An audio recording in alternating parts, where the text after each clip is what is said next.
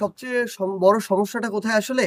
সমস্যাটা হচ্ছে এখন বাংলাদেশের একটা অংশ মানুষ, খুব অল্প সংখ্যক মানুষ হয়তো ধীরে, ধীরে ওইটুকু মন মানসিকতা ধারণ করছে যে আমি শুধু যেটা ভালো ওটাকে ভালো বলবো, খারাপটাকে খারাপ। কিন্তু এখনো অনেক মানুষ আছে যে মানুষগুলো গ্রামে গঞ্জে বলি, ইভেন শহরেও বলি, মনে করে যে এ তো আমার রাজনৈতিক প্রতিপক্ষ অন্য দলের, তাহলে ওকে আমার কোনো না কোনো একটা ব্লেম দিতে হবে। ওর বিরুদ্ধে আমার কিছু না কিছু একটা বলতে হবে, সত্য হোক আর মিথ্যা হোক। ওর আমার নামটা খারাপ করতে হবে, এরকম মেন্টালিটি এখন অনেকে আছে যারা রাজনৈতিকভাবে প্রতিযোগী না মনে করে প্রতিপক্ষ মনে করে। এবং আপনি দেখবেন এখানে মাঠ পর্যায়ে ধরেন, আমি যখন ইউনিয়নগুলোতে ঘুরে বেড়াচ্ছি, এমন অনেক মা বোন ছিল যারা কোনোদিন রাজনীতির ধারে কাছেও যায় নাই, কিন্তু তারা তাদের জায়গা থেকে মনে করেন বিভিন্ন মার্কায় ভোট দিয়েছে। কেউ হয়তো দাঁড়িপাল্লায় ভোট দিয়েছে, কেউ নৌকায় ভোট দিয়েছে, কেউ ধানের শীষে ভোট দিয়েছে। এখন আমার একজন মা যে মনে করেন তার একটা সময়, বা একজন ভাই বা একজন চাচা ধরেন, সে পূর্বের একটা সময় নৌকায় ভোট দিয়েছে বা দাঁড়িপাল্লায় ভোট দিয়েছে বা ধানের শীষে ভোট দিয়েছে। আমরা একটা নতুন রাজনৈতিক দল করেছি, তারা যদি তাদের জায়গা থেকে মনে করে যে আগের সবকিছুর চেয়ে আমাদের কাছে তারা বেশি আশা দেখে, তারা মনে করে আমাদের উপরে তারা আস্থা রাখতে পারবে, তারা যদি আমাদের কাছে আসতে চায়, তারা কিন্তু কোনো বড় নেতা ছিল না, তারা কোনো অন্যায় অপকর্ম কোনো কিছুই করে নাই, তারা কোনো খুন গুম হত্যা এসবের সাথে জড়িত ছিল না। উনি একজন, শুধু ওনার কাজ ছিল 5 বছর একবার গিয়ে ভোট দিত। তো উনি যদি এসে এখন আমার পাশে দাঁড়ায়, আমি তো ওনাকে সরাই দিতে পারবো না। উনি বাংলাদেশের একজন নাগরিক। মানে আপনারা তো এখানে সাধারণ মানুষ, আপনাদের সাথে আজকে আমার প্রথম দেখা হচ্ছে।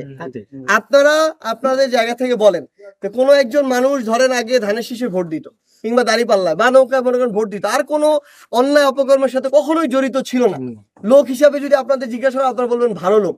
তো ওই লোকটা যদি আমার পাশে এসে দাঁড়ায়, আমি তো একটা নতুন দল, নতুন দলের প্রতিনিধি, নতুন দলের আমার মার্কা থাকবে, তাহলে আমি কি ওই লোকটাকে তাড়াই দিতে পারি? এটা যদি আমরা করি, তাহলে আমরা তো একটা দল শুরু করেছি 10 জন 20 জন 100 জন 200 জন মিলে। আমরা যদি এটা করি তাহলে তো আমাদের 200 জনে শেষ করে ফেলতে হবে। কিন্তু আমরা আমাদের জায়গা থেকে মনে করি যারা নতুন করে স্বপ্ন দেখছে এই দেশটা নিয়ে, ভালো কাজ করতে চায়, ভালো কিছুর সাথে থাকতে চায়, তাদেরকে আমাদের জায়গা থেকে ওইটুকু ভালো কাজ করার সুযোগটা দিতে হবে। এবং আমি একটা জিনিসই শুধু বলবো, সোশ্যাল মিডিয়া থেকে শুরু করে সব জায়গায় অনেক আওয়ামী লীগের দোসর যারা অন্যায় অপকর্ম, লুটপাট, চাঁদাবাজি, টেন্ডারবাজি এসবের সাথে জড়িত ছিল, দেশের মানুষের হাজার হাজার কোটি টাকা লুট করে বাইরে নিয়ে রেখেছে, এখন বাইরে থেকে সোশ্যাল মিডিয়ায় এসব প্রোপাগান্ডা চালাচ্ছে। এবং দেখবেন যে বিভিন্ন বট ব্যবহার করে তারা শত শত সেম কমেন্ট করে একই পোস্টের নিচে।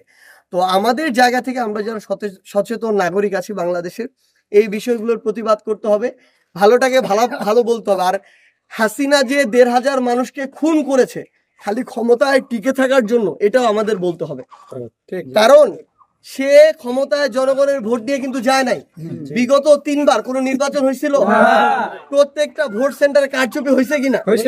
বিএনপি সহ অন্যান্য রাজনৈতিক দলের যারা ছিল তাদেরকে ঠিক মতো ঢুকতে দিছে সেন্টারে? তাদেরকে ঠিক মতো প্রার্থী হইতে দিছে?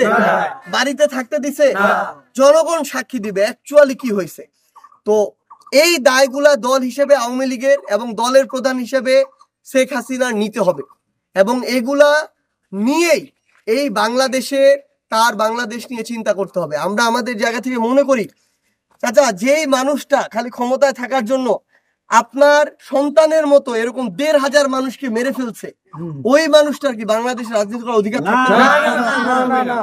আমরা 5 বছরে একবার ভোট দিয়ে আমাদের গণতান্ত্রিক অধিকার চর্চা করার সুযোগ পাই, ভোট দিয়ে প্রতিনিধি নির্বাচন করার সুযোগ পাই, ওই অধিকারটাও কিন্তু কেড়ে নেওয়া হয়েছিল কিনা?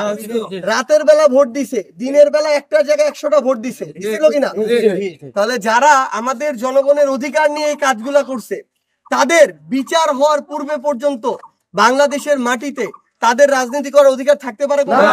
থাকতে পারে না। এটা হচ্ছে জনগণের রায়। জনগণ যে রায় দিবে, আগামীতে বাংলাদেশের রায় সেটাই হবে।